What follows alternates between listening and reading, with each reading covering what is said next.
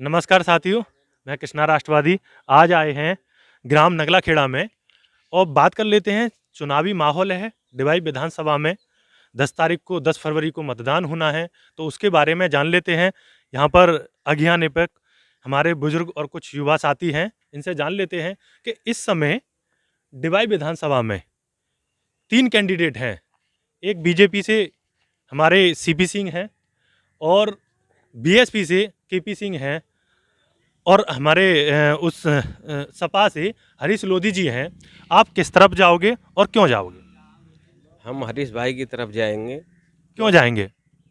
क्योंकि वो एक इंसानियत के नाते, अगर इंसानियत हमारी मर गई है तो हम कहीं भी जा सकते हैं। इंसानियत के नाते हम हरीश भाई की तरफ जाएंगे क्योंकि 10 साल से वो सेवा कर रहे हैं। आप लोगों के बीच में आते हैं? आते हैं, जब बुलाते हैं जब ही आते हैं। देखा है आपने उनको? देखा है। अच्छा जी। आप बताइए, आप किस तरफ जाएंगे? हरीश भैया की तरफ जाएंगे क्यों जाएंगे? क्योंकि हमें इतने अच्छे लगते हैं और उन्होंने यहाँ पे काफ़ी हमारे विचारों को इतने सुनते हैं। पिछली बार वोट कहाँ दिया था? बीजेपी में दिया था क्यों दिया था और अब क्यों आप बीजेपी से टूट के उधर की तरफ जा रहे हैं? क्योंकि ये बीजेपी ने हमारे लिए यहाँ पे कुछ नहीं किया। यहाँ के जो विधायक जी है उन्होंने नहीं किया, हालांकि वैसे बीजेपी ने। आप कहाँ वोट डाला था पिछली बार? पिछली बार हम हरीश भाई के ही साथ थे। अच्छा, तब भी थे और आज भी हैं। आज भी है। आप बताइए। हम पिछली बार भी हरीश भाई के साथ थे और अब की बार भी हरीश भाई के ही साथ हैं।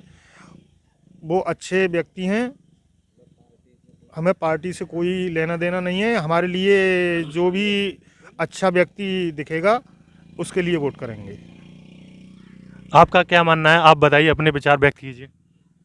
जी, हरीश भाई अच्छे आदमी हैं, उनके लिए मैं सपोर्ट करता हूं और मैं जनता से भी अनुरोध करता हूं कि हरीश भैया बहुत अच्छे आदमी हैं, उनके लिए अपना वोट डाल के विजयी बनाएं।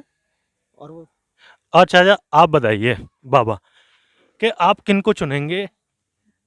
हम हरीश भाई को चुनेंगे भाई। क्यों चुनेंगे बाबा, बताइए। वैसा हमें थोड़ी बात पे भी अगर उनको इतला गिर जाए तो फ़ौरन भाग के आते हैं। तो सीपी सिंह जो थे उनको पता नहीं था? अगर ऐसा होता, वो पहले से एक्टिव होते, तो वो भी आते आपके बीच में, परंतु वो अचानक से आए हैं। आप पिछली बार कहाँ पर गए थे? हरीश की तरफ ही गए थे या हरीश को ही डाले थे हमने। तब से आप उन्हीं की तरफ हैं? हाँ जी, सबसे उन्हीं की तरफ है। आप बताइए चाचा। हाँ, क्या बताऊँ, बोलो। आप किस तरफ हैं और क्यों जाएंगे? हम हरीश भाई की तरफ हैं। क्यों जाएंगे? तो जाएंगे, बीजेपी का कैंडिडेट हर दफे नया निकाल कर ले आते हैं, जो मेहनत करता है उसको टिकट नहीं मिलती है। हमारे क्षेत्र डिवाई में जन कहाँ से कैंडिडेट को खड़ा कर देते हैं, जो मेहनत करते हैं पुराने आदमी उनको टिकट नहीं देते हैं। तो इसलिए हम हरीश भाई हमारा मेहनत कर रहे हैं, उसको हम वोट देंगे अपना। आप ये बताइए, अनीता जी का टिकट क्यों कटा यहाँ से?